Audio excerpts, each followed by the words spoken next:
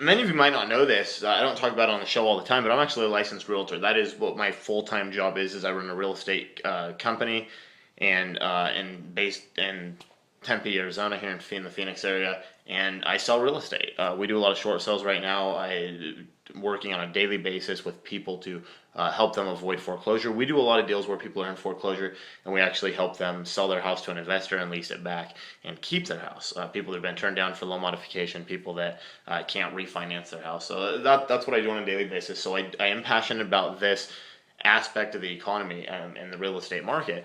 And so I wanted to talk today a little bit about and do a video about something that I saw on TV. I saw a piece that was done about a city in Cleveland, Ohio area.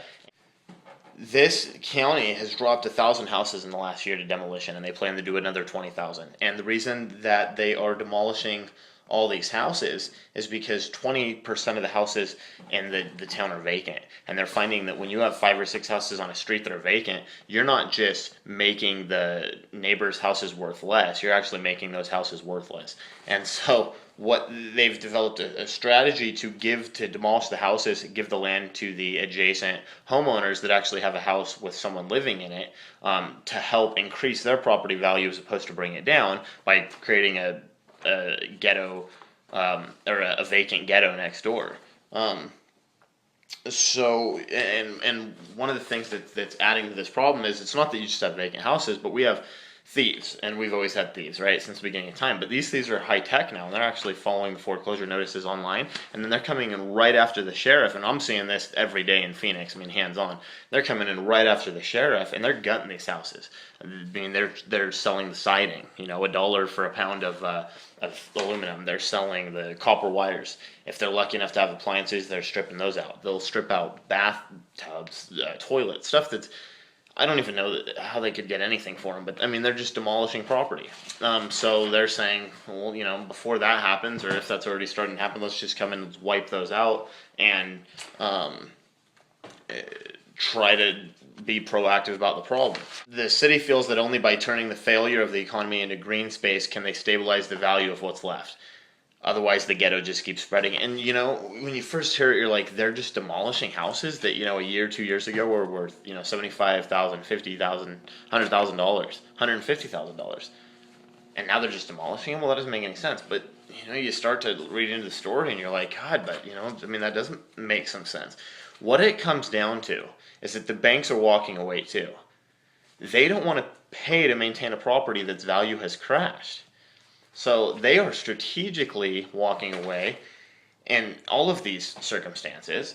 And, in a normal economy, people look for loans so they can go buy property. But in this perverse economy that we had, 2005, 2006, we actually had money looking for people to promote debt. And so that bankers can make interest. And that's what created these loans where there was low money down or no money down, no income verification. Those loans are no good anymore because people can't afford them anyways, or the property value shot. So it was a pretty good piece that 60 Minutes did. What I didn't like is about the last 5 minutes of the piece, and I actually ended up just turning it off. They started just showing stories after story. The first story they showed was this gal. She's a nurse. She lost her job. She's got a house that's worth $50,000. She owes $100,000, and they didn't say what her interest rate is or anything like that. But based on the loan, she would never recover in her lifetime. She could never get to zero, let alone have equity in her house. And she was saying how it's a moral thing, it's a matter of principle. She was not going to quit paying. She said that the bank called her and said that they were going to have to foreclose. So she sent them what little money she had left in her savings, her last money to her name, sent it to him. The guy on 60 Minutes said, "What are you going to do next month?" And she said, "I'm praying I have a job by then and I can make the payment." I mean, it's sad. And then they showed another whole block where a developer across the street had started to make a subdivision.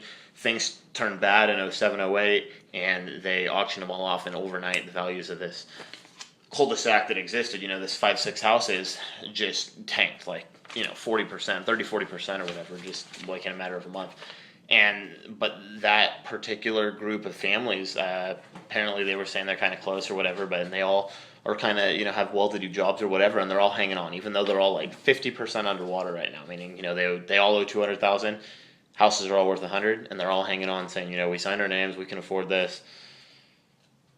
But they still lose, and that's my point. And it just sucks. And it's because the whole thing was to promote debt. That's what created the bubble. That's why the bubble popped. One of the last things in this piece also was they showed the mayor of the town. I think it was the mayor or the treasurer or something, some guy that part of the city government. It was saying that the banks, they helped cause this problem. They should help solve it, and they should write down loan balances. We all think that. I mean, obviously that's what they should do, but are they going to do that? I don't know. My professional opinion is that they might down the road after they've done everything else to maximize their income off of these loans. Right now it's just, what do you think loan modifications are? They're a way for the bank to collect information so that they can sell that to the collection companies down the road. And they've actually, like Bank of America's created, now they own a collection company, and so they sell their bad loans to their own company, and then that company has all the documentation from the loan modification application to go collect on these people down the road. It's really sickening, but I don't know. I mean, they want to promote debt, so if they just cut right down those loan balances, I mean, it's almost like quantitative easing, right? Because you're kind of like injecting money. If you just erase all this money, it's kind of like you added in all the money to pay it off. So I don't know if they're ever going to write down loan balances or not, but I do know they're only going to do it if it benefits their bottom line, not having any concern what to do with neighborhoods across the United States. So leave a comment.